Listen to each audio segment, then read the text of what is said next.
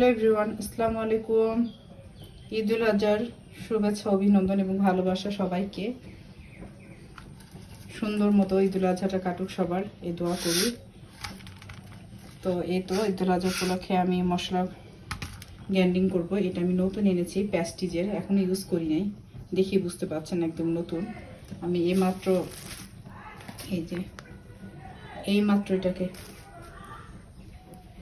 এটাকে ওপেন করলাম। এই তো প্যাস্টিজ কোম্পানির এটা। তো এটার মধ্যে মশলা টশলা সব ছবি আছে গ্রাইন্ডিং করার জন্য।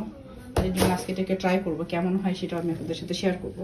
এখানে জয়ত্রী গুঁড়ো করবো আমি, জয়ফল ও জয়ত্রী গুঁড়ো, সেটা পরিমাণ মতো নিয়ে আসছি। জয়ত্রী বেশি নিয়েছি আর জয়ফল একটু সামান্য নিয়েছি, কারণ অতটা বেশি লাগে না। তো এটাকে হালকা একটু টেলে নিয়েছি। টেলে নিলে হবে কি, আমি বলি একদম নিবু নিবু জালে 2 থেকে 4 মিনিট। এটা হয় কি, আপনার মশলাটাও ভালো থাকে আর ঝরঝরা থাকে, ফাঁকুন্দা একটা গন্ধ আসে না।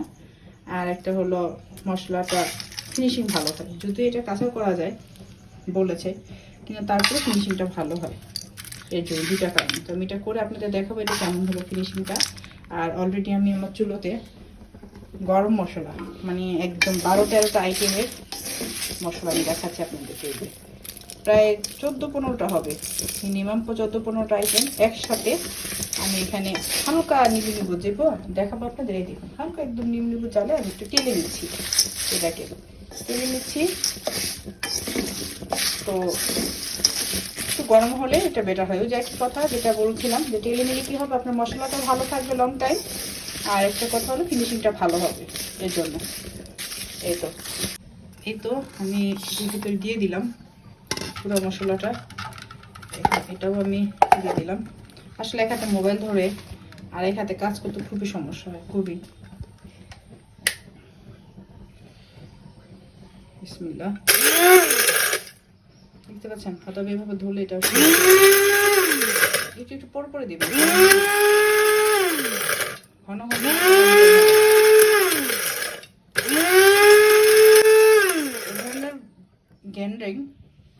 গ্রাইন্ডিং মেশিন, ব্লেন্ডার না, গ্রাইন্ডিং মেশিনগুলি হয় কি, চায়নাটাও বের হয়েছে। তো আমি প্যাস্টিজ কোম্পানি এনেছি। চায়নাটার থেকে আপনারা বিরত থাকবেন, ওটা বেশি দিন লং লাস্টিং হয় না। এটা কতদিন হবে তা জানি না, তবে একটি জিনিসের গ্যারান্টি নেই, এটাও ঠিক। তো এটা এনেছি, এটা রিভিউ আপনারা পেয়ে যাবেন। আমি চাইবো যে সবাই একটা খোঁজ করে ভালো মশলার জন্য একটা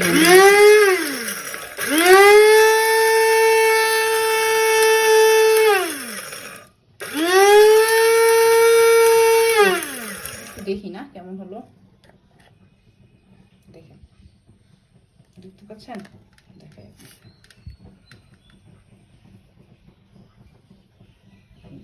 দেখতে পাচ্ছেন এমন হয়েছে। আরো ফিনিশিং হবে।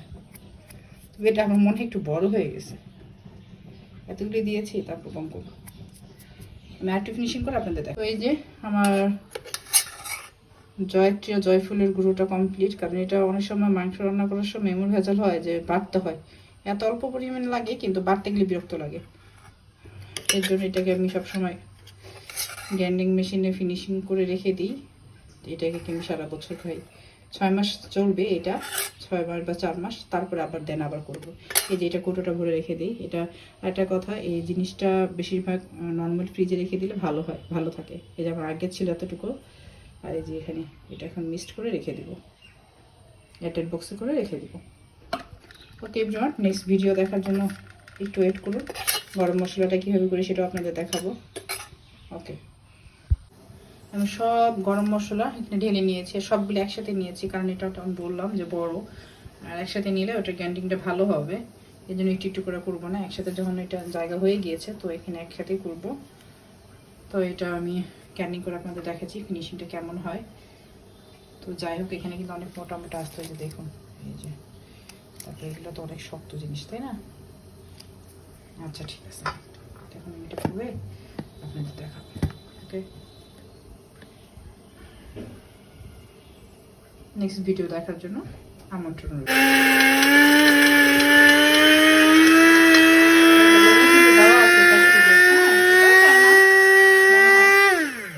তো এটা দেখি আমাদের কি অবস্থা হয়েছে এখন। এই যে দেখুন, একটা দারচিনি রয়ে গেছে, হয়তো এটা নিচে পড়ে না, এর জন্য। তারপর দেখি আমরা কেমন ফিনিশিং হয়েছে। একটা দারচিনি রয়ে গেছে। এরকম যদি আরও কিছু থেকে যায় তাহলে ভাববো গ্রাইন্ডিংয়ের লাড়া। মাঝে মাঝে একটা জিনিস হয় কি, মশলা গুঁড়া করতে গেলে একটু নাড়া দিতে হয়। নাড়া দিলে হয় কি, এই যে আস্তে আস্তে যে থাকে উপরে উঠে থাকে এরকম, সে উপরেগুলি নিচে চলে যায়।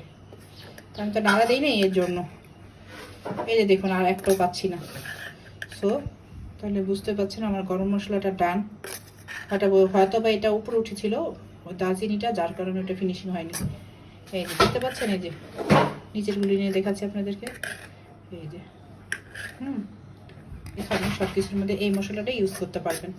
এটা রান্না হওয়ার কিছুক্ষণ আগে, হয়তো 15 মিনিট বা 10-15 মিনিট বা 20 মিনিট আগে এটা দিয়ে নেবেন। হালকা সামান্য পরিমাণ ছিটিয়ে দিয়ে তারপর একটু দমে রেখে নামিয়ে ফেলবেন। ফ্লেভারটা অনেক সুন্দর আসে এটা, দেখতে পাচ্ছেন। এখন আমি জিরা গুঁড়া করবো, তো সেটা দেখাবো না, কারণ জিরা সব ব্লেন্ডারে যে গ্রাইন্ডিং মেশিন থাকে, গ্রাইন্ডারে যে ইটা থাকে সেটা আমরা সবাই করতে পারেন, এই জন্য ওটা দেখালাম না। তো আমি দেখালাম যে এটা আমি কিনেছি, কেমন রিভিউ দিলাম আপনাদেরকে, কেমন হয় আমি ইউজ করে দেখি। তো ইউজ করে দেখলাম এই যে ফিক্সড, আমি আরেকবার দেখাই দিলাম আপনাদেরকে ভিডিওতে, যেটা একদম ফিক্সড করা বাটির মতো, মাশাআল্লাহ ভালো বড়। তো এটার উপর দিয়ে এইভাবে ক্লিন করবেন, মোটরের নিচে যেন পানিটা না যায়। আর নিচে এটা বিছানোর কাপড়টা বিছানোর একটা কারণ আমি যেটা একটু শেষ হয়েছে, এটা মোছা হয়েছে, ক্লিন হয়েছে, কারণ শুকায়নি। আর কারেন্টের জিনিস সবসময় শুকনো জিনিসের মধ্যে রেখে ইউজ করাটা ভালো। আপনারা নির্দ্বিধায় এটা কিনতে পারেন, যারা মশলা গুঁড়া নিয়ে অনেক সমস্যা থাকে, কেনা মশলা খেতে পারেন না, তাদের জন্য। ওকে, আল্লাহ হাফিজ এভরিওয়ান, ভালো থাকবেন।